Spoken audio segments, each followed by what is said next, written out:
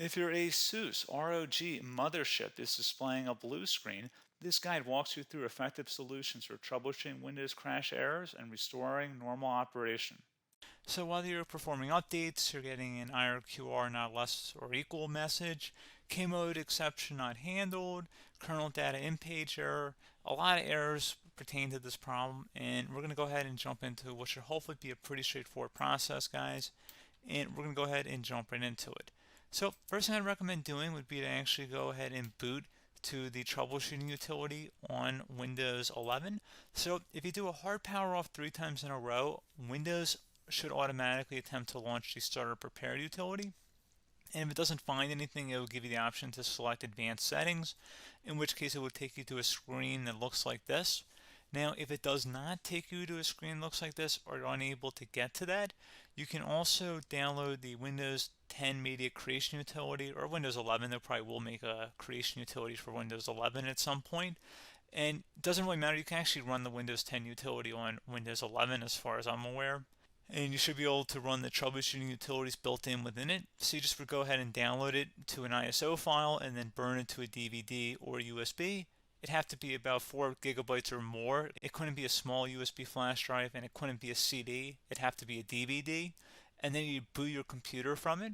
So depending on the computer manufacturer, you'd have to tap a different key on your keyboard in order to launch that menu, in order to select what boot drive you want to go off of. So it could be anything between the escape key, F2, F8, F12, for example, and those are the function keys on the top of your keyboard.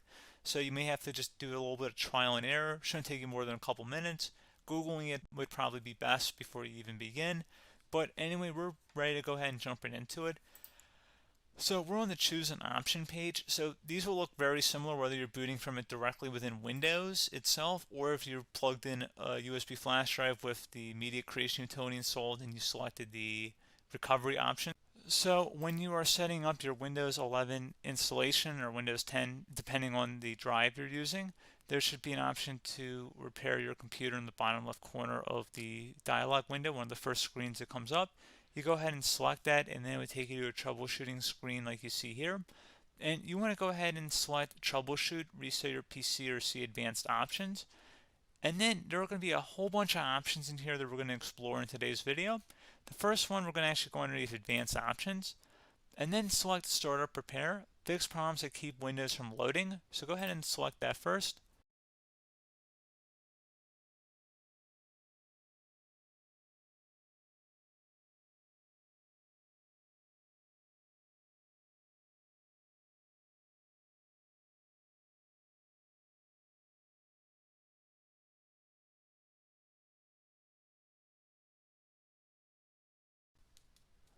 Okay, so you can see it could not repair our PC. That was our first option we could try. Something else, if we go back into advanced options here and then select troubleshoot, we're going to go underneath advanced options again. You can go ahead and actually access safe mode by selecting startup settings. And then if you select the restart button, you have the option on the screen select safe mode with networking, which will give you a key on the screen. It'll tell you which key to press to enter that. I believe it's the F7 key. It'll do that for you. I'm not going to go over that in today's tutorial because I don't really want to go into safe mode, but you're more than welcome to attempt that by going into here and then selecting restart. Again, it'll launch another screen. It'll say what key do you want to press, and it'll give you like 7 or 8 different options, and you want to select safe mode with networking.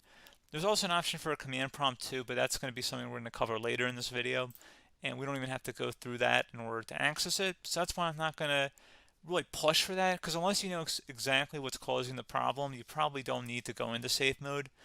Unless you're trying to recover files, in which case then you definitely can go into safe mode, but we're trying to actually recover our computer here. So I hope that makes sense.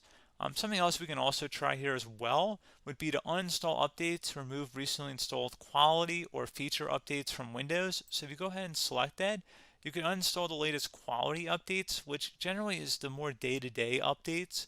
Feature updates are the less regularly released ones, like the big ones. I would equate it to service packs in like Windows 7 and Windows Vista and Windows XP. So larger updates that occur once or twice a year at most.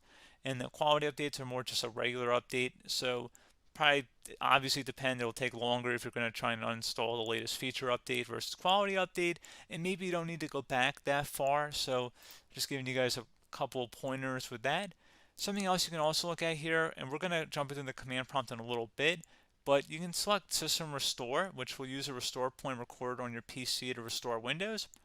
And this is something I would highly recommend here, guys. So select Next.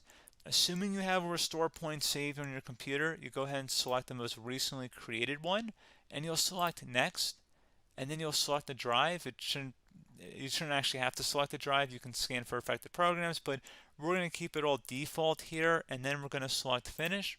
So once started, System Restore cannot be interrupted. Do you want to continue? I think we're going to select yes. I don't think we have anything better to do on our computer right now, so just give it a moment here to initialize. It will take a couple minutes to run, obviously depending on how large your hard drive is and how much is saved on the System Restore point. So just give it a couple minutes here.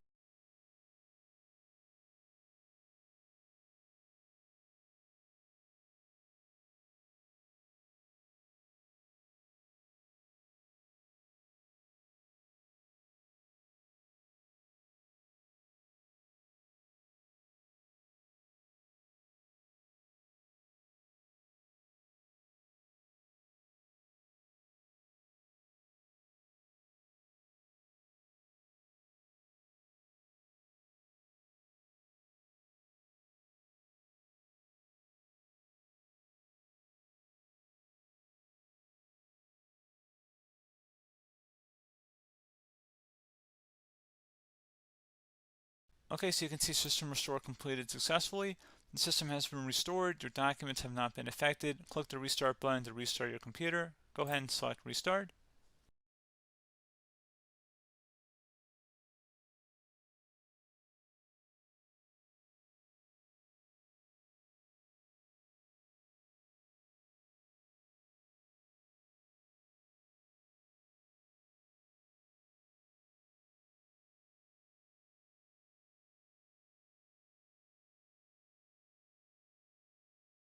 Okay, so you can see the system has been restored successfully. We're going to go over a couple different methods in addition to that if that did not work. So I'm just going to pause the video and we're going to start back on the recovery screen that we started with. Okay, so a couple other things we can try here too. If you go back into Troubleshoot, you can select Reset Your PC, let you choose to keep or remove your personal files and then reinstalls Windows. You can select to keep my files, which will remove apps and settings but keeps your personal files. You can also select Remove Everything, which will remove all of your personal files, apps, and settings. So this is more of a factory reset, the second option here. First option, it should not delete all of your personal files. However, it will pretty much clear most of your programs. And keep in mind, there's no guarantee that your information, number one, is even still available and easily recoverable on your computer to the point that you actually would be able to recover anything. And the second point is that there's always a chance that it won't actually recover and it will just do a factory reset anyway.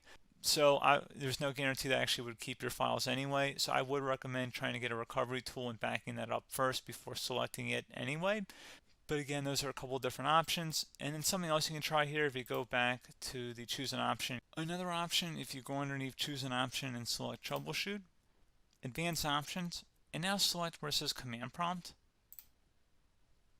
Okay, so the first thing we should do is type our main hard drive here. In most cases, it should be the C drive. So you just do a C colon and then hit enter on your keyboard.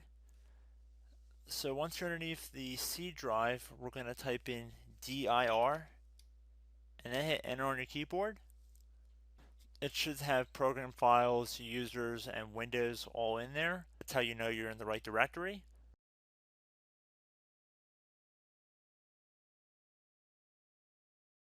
In some cases, it might be the D drive as well, so just keep that in mind.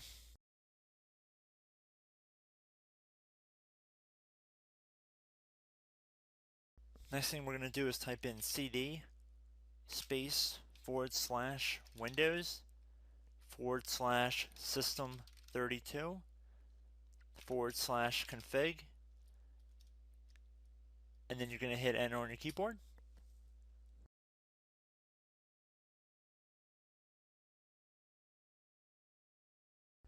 So now you're going to type md space backup If you've seen other tutorials, it might also say to put down MD backup. That's because the backup name is pretty common when you want to back something up. So you can name this whatever you want, doesn't have to be backup. So if you've already made a backup folder in the past, you could do backup 1, for example. So once you're done setting the name you want the backup to be called, hit enter on your keyboard again.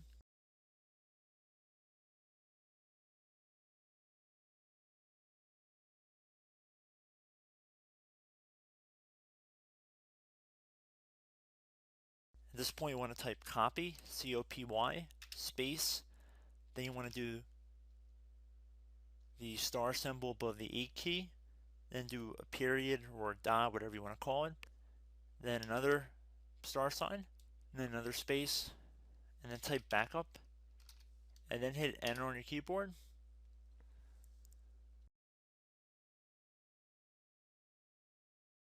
Now you want to type CD reg back, REGBACK, and then hit enter on your keyboard.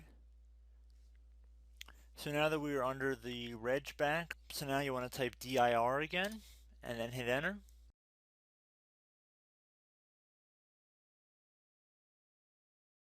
So now at this point we're going to type copy again. So copy, space, star sign,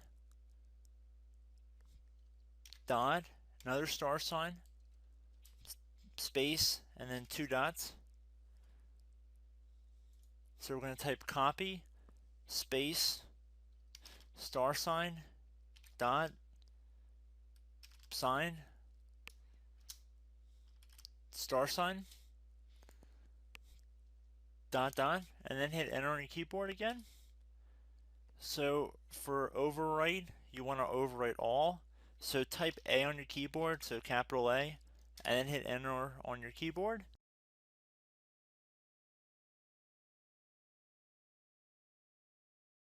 So at this point, you should be good to go. You can close out of the command prompt window.